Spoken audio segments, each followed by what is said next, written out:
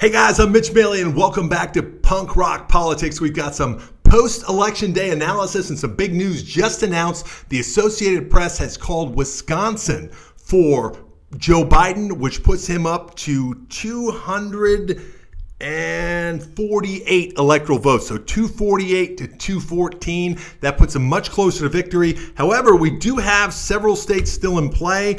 A couple of the more notable ones, Michigan right now, where the Trump administration claims they filed a lawsuit. The state says that they haven't received it, but it's just an announcement at this point, but they're saying that they're asking for the court to stop counting until they could have more people on the ground to witness. But we've got Nevada still in play. That's a state where Trump definitely overperformed. That's what has him really still in this race. He could win without Michigan now, because if he got Nevada, Georgia, North Carolina, and Pennsylvania, that would put him over the top. Now, that's a big order right here, but at the same time, he's overperformed in a number of states. So let's talk about that real quick. The polls, and listen, I defended the polls of 2016, saying, yes, there were some outliers toward the end, especially on the state polling in Wisconsin and Michigan that didn't prove correct. But overall, the average of state polling was within the historical averages, and the national polling was right within the margin of error. Hillary Clinton was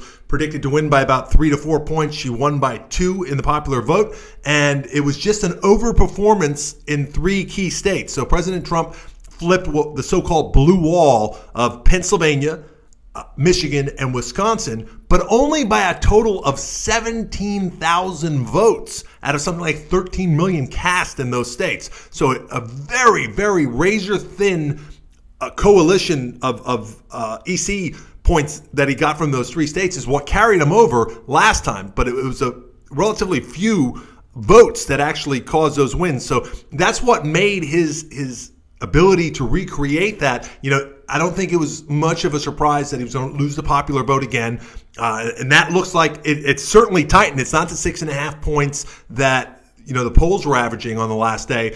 It's looking much closer to Hillary Clinton's level, where it might be around 2% in the popular vote, about 2.5, 3 million votes at the absolute most in Biden's favor.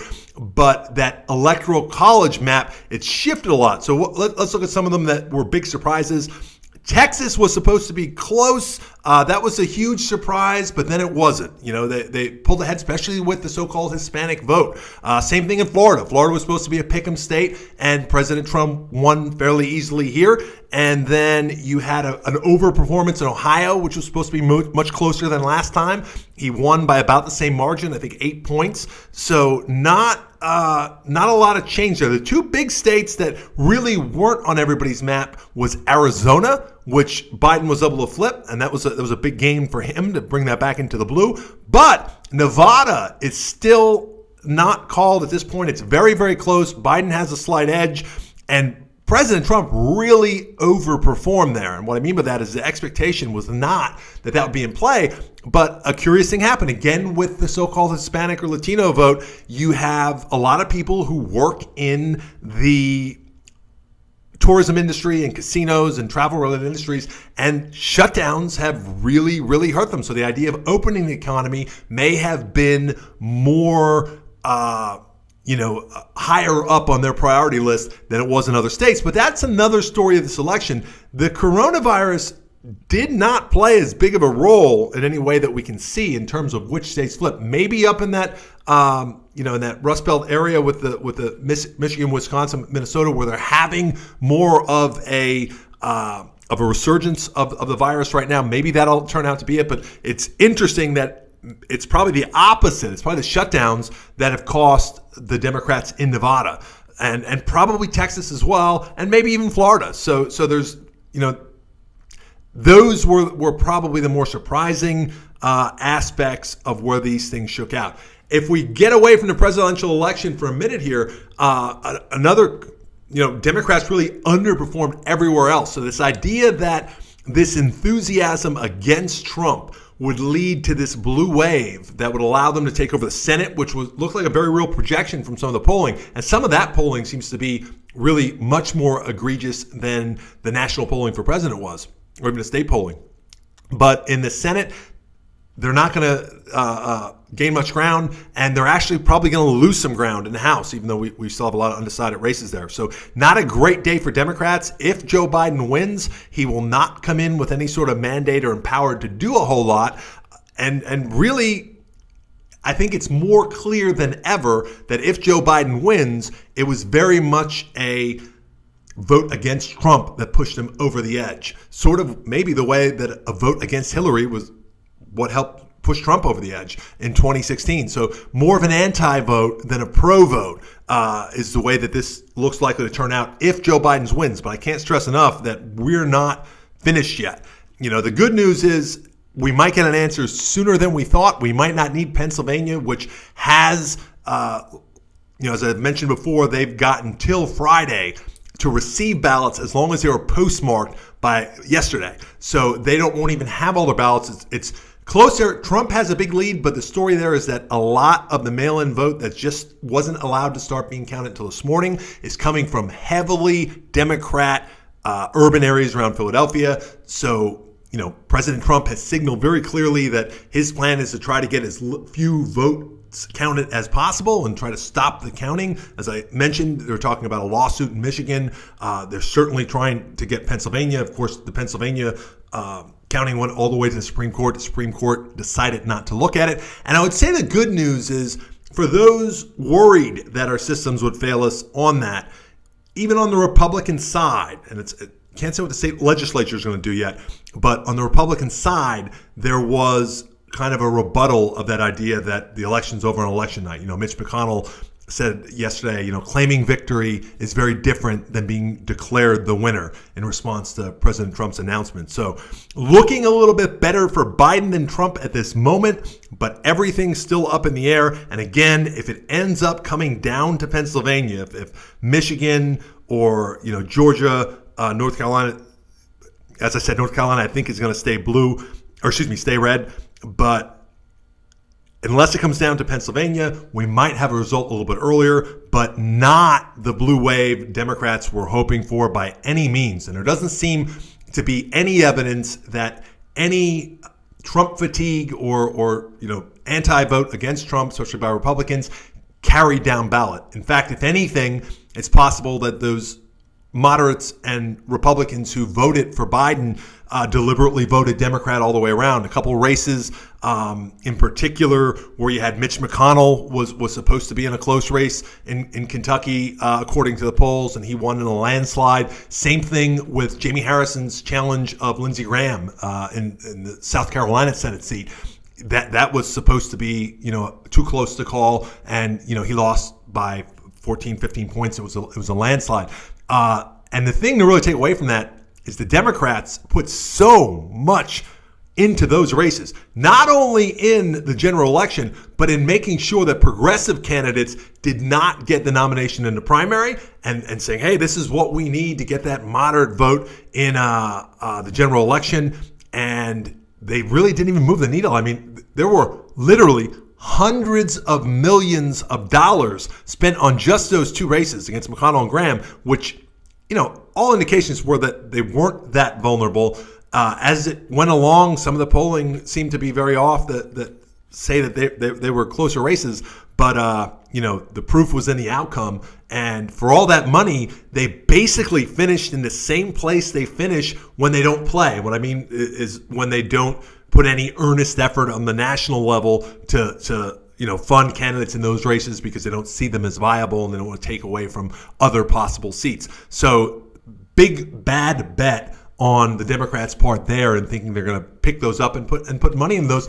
More than anything, I think the takeaway here is this appeal to the middle, this Democratic, going after increasingly this affluent suburban white voter that, they were just convinced found Trump very distasteful, and then also didn't make complicated policy demands for them.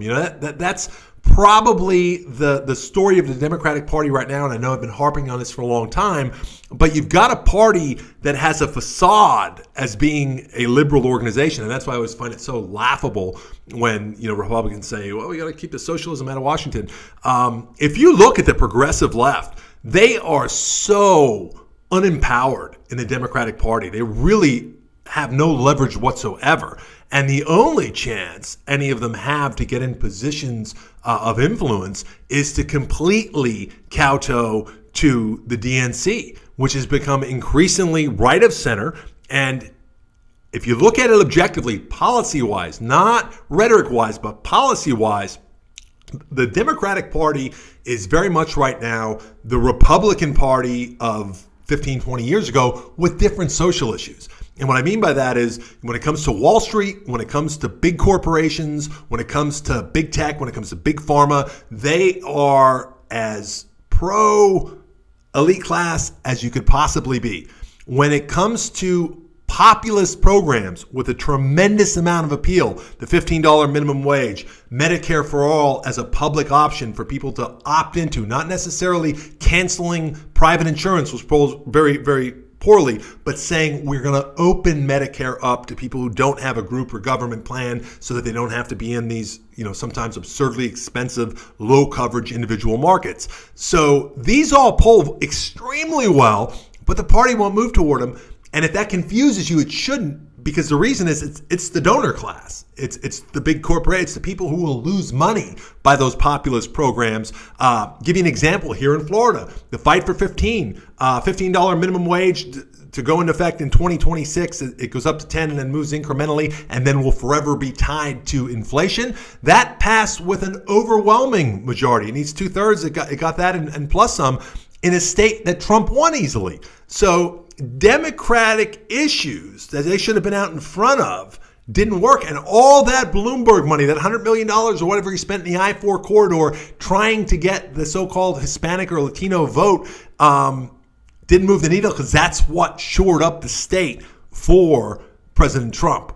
And, and that brings in, I think that's a ham-fisted way to look at that vote as a block, to say that, well, anybody whose ethnicity is related to a Spanish-speaking country is one voting block. And it's just kind of absurd because those countries have very different cultures and there's very different spectrums within those cultures. And the only issue to them isn't immigration, as Democrats sometimes seem to think that if they could paint Republicans as harsh on immigration, that's going to lose that voting block. There's no evidence of that. In fact, if anything, they poll as being more religious and more socially conservative, and a lot of them come from countries where liberal policies are associated with leftist dictators and state-sponsored socialism. So they're leery and they're easy to scare toward a vote away from anything that could be painted as overly liberal. Again, even though the DNC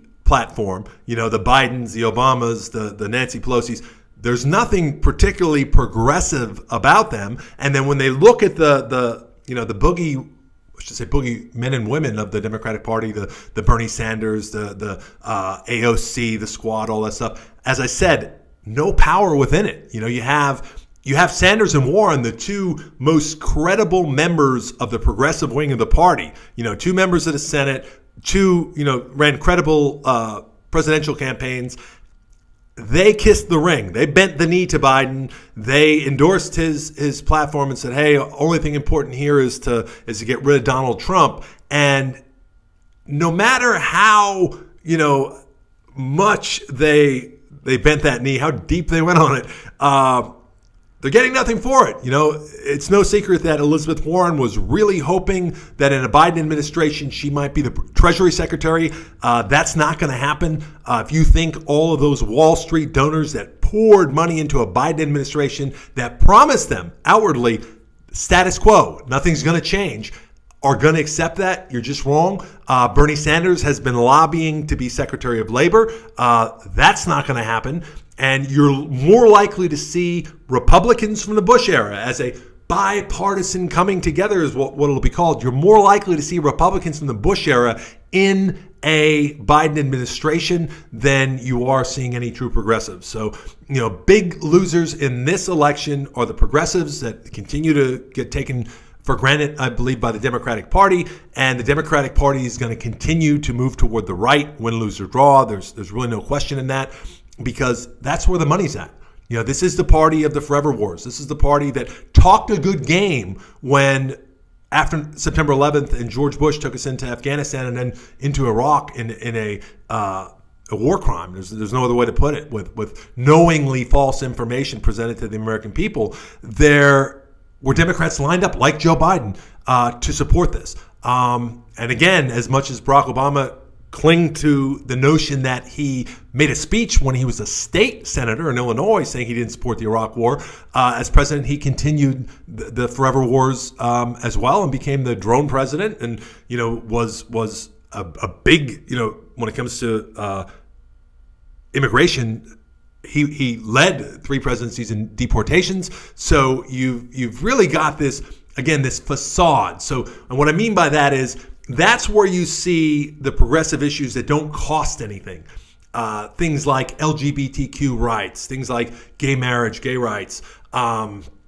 Those don't cost industry. They're just social issues.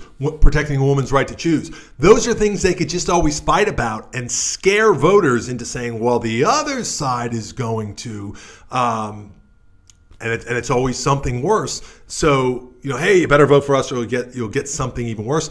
And that's not much of a sale. It's not much of a platform. And when you look at Biden's candidacy, it really wasn't anything more than, I'm not Donald Trump. If you're tired of him, I'm not Donald Trump. And he was probably the worst candidate in the field for a number of reasons. If you take back his history, his complicated history, that, that's what was so funny that, Trump was trying to simultaneously paint him as a Trojan horse for Antifa and the radical left, but then reminding everybody of the crime bill and all his support for the forever wars. So it's like, what is he? Is he a neoliberal, warmonger, or is he a radical leftist? You can't be both, as we know in the Democratic Party. But no surprise there. He's a Republican by any historical sense of the word. The idea that he's going to, put a little bit of a tax readjustment, not an increase, just scale back on some of the largest tax cuts ever instituted, and only on people over $400,000 a year in taxable income. That's that's pretty conservative. Again, when you look and see that Ronald Reagan raised taxes 7 times during his administration, historically, there's not much on Joe Biden that doesn't put him in line with the historical Republican Party. So really, not a great outcome, even if Democrats get the presidency. Certainly not a mandate, certainly not a national buy-in to their agenda or their platform, the things they campaigned on, and nothing trickled really down ballot. So disappointing overall result. And, one thing I think there's no question at this point that this is still President Trump's party. Win or lose, he's the most influential person in the GOP. His endorsement's going to mean the most. His tweets are going to mean the most. If he does lose and starts a television network, as has been rumored, his influence isn't going anywhere. And both parties are at a fork in the road that I hope causes a serious reckoning. And maybe that, when you look at our divide, when you look at the very different things that, that are wanted throughout the ideological spectrum of politics, the best thing that could probably happen is both parties splitting in half. And I don't think unless both parties split, it'll ever fully happen. But you have this progressive liberal wing of the Democratic Party. You have the corporate Wall Street wing of the Democratic Party. It has a lot of spillover to the moderate Republican. And then you have this sort of social issue Republican. Again, not much of a platform. There's very little coherent in President Trump's platform and agenda, but you have a lot of cultural rhetoric. And that was really more than anything, I believe, what he was able to leverage into his success in both elections. So that's where we're at right now. 248 electoral votes for Joe Biden, 214 for President Trump, with Joe Biden having about a 3% popular vote advantage, but we still got a number of states outstanding. But Trump's got to win all but one, really, of what's left between Georgia, North Carolina, Pennsylvania, Michigan, and Nevada. He's got to win 4 out of those 5 to remain alive. Otherwise, Joe Biden is going to get to 270. But don't count out that we might see some protracted court battles anyway, even once it's declared. So we'll see how that happens. But remember, you can always get more at punkrockpolitics.com. I'm Mitch Maley, and thanks for tuning in.